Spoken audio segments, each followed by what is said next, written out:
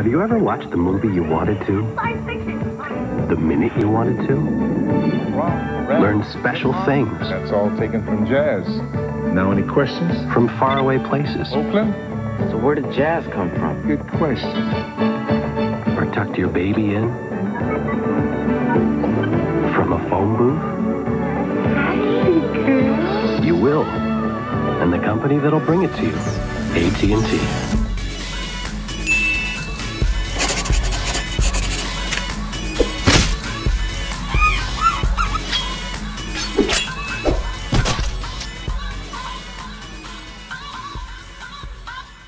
Dans ce 4e numéro, nous allons voir comment la technologie facilite l'expression des élans artistiques.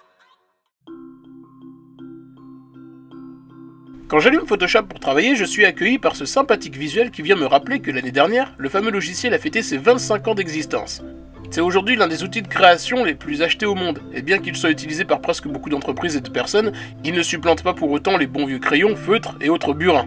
Avec la profusion d'outils à notre disposition, jamais la création ne nous est autant apparue comme un oasis de possibilités infinies.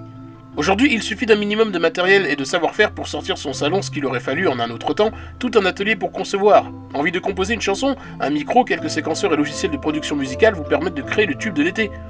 Plus orienté dessin, une tablette graphique et un logiciel de PAO vous permettent de mettre en œuvre tout et n'importe quoi. Envie de faire des films? Aujourd'hui on les fait carrément avec des appareils photo et on peut obtenir des résultats extraordinaires avec des outils au prix totalement abordable. Tout est bien sûr question d'investissement lié à la discipline artistique qu'on pratique, mais les outils ne sont rien sans que l'on sache s'en servir.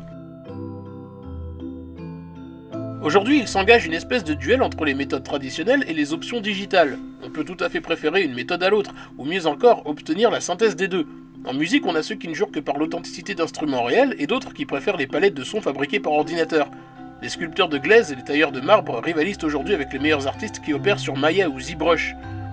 Dans tous les cas, un bon travail résulte d'une utilisation rigoureuse et maîtrisée de ces outils. Ce n'est jamais facile et cela peut prendre des mois, des années, voire toute une vie parfois pour arriver à tirer le meilleur de son art. Combien de fois ai-je vu des personnes découragées parce qu'elles n'arrivent pas à obtenir ce qu'elles veulent malgré toute leur bonne volonté et totalement démotivées quand elles vont voir ce que produisent la concurrence. Tout le monde passe par cette étape. Comme on l'a vu dans le numéro 3 de Cas par Case, la maîtrise de son art est un travail aussi bien sur le mental que sur le physique. Dès que l'on se rend compte que rien n'arrive du jour au lendemain, il faut s'atteler à se perfectionner. Après tout, Martin Scorsese n'est pas devenu un maître du cinéma dès son 2e film, et David Bowie n'aurait marqué son style qu'à partir de son 2e album. Si c'est arrivé aux autres, alors pourquoi pas vous? Mon conseil perso, quelle que soit votre méthode de travail, ne jamais sous-estimer l'expérimentation et surtout savoir s'amuser en toutes circonstances. Quels que soient vos outils et votre domaine d'expertise, le travail artistique doit toujours être une source de plaisir, en plus d'être une source d'évolution constante. Mais qu'on soit moderne ou traditionnel, l'outil technologique #1 à utiliser, c'est bien sûr Internet. En un peu plus d'une décade, les réseaux sociaux et les plateformes diverses ont permis l'émergence de talents et de collaborations diverses. Pour se faire remarquer et avoir un public, n'hésitez pas à tirer parti de cette multitude de supports si ce n'est pas déjà le cas. Cela paraît comme une évidence évidemment, mais croyez-moi, j'en ai vu beaucoup des gens qui ne se sont pas encore mis à l'heure du net. Je vais finir ce numéro avec une citation du poète Khalil Gibran qui, à mon sens, résume bien le tout.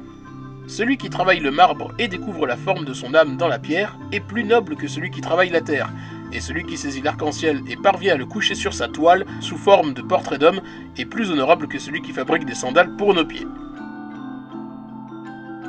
Et vous, comment travaillez-vous votre art? Êtes-vous plus méthode à l'ancienne, moderne, ou combinez les deux?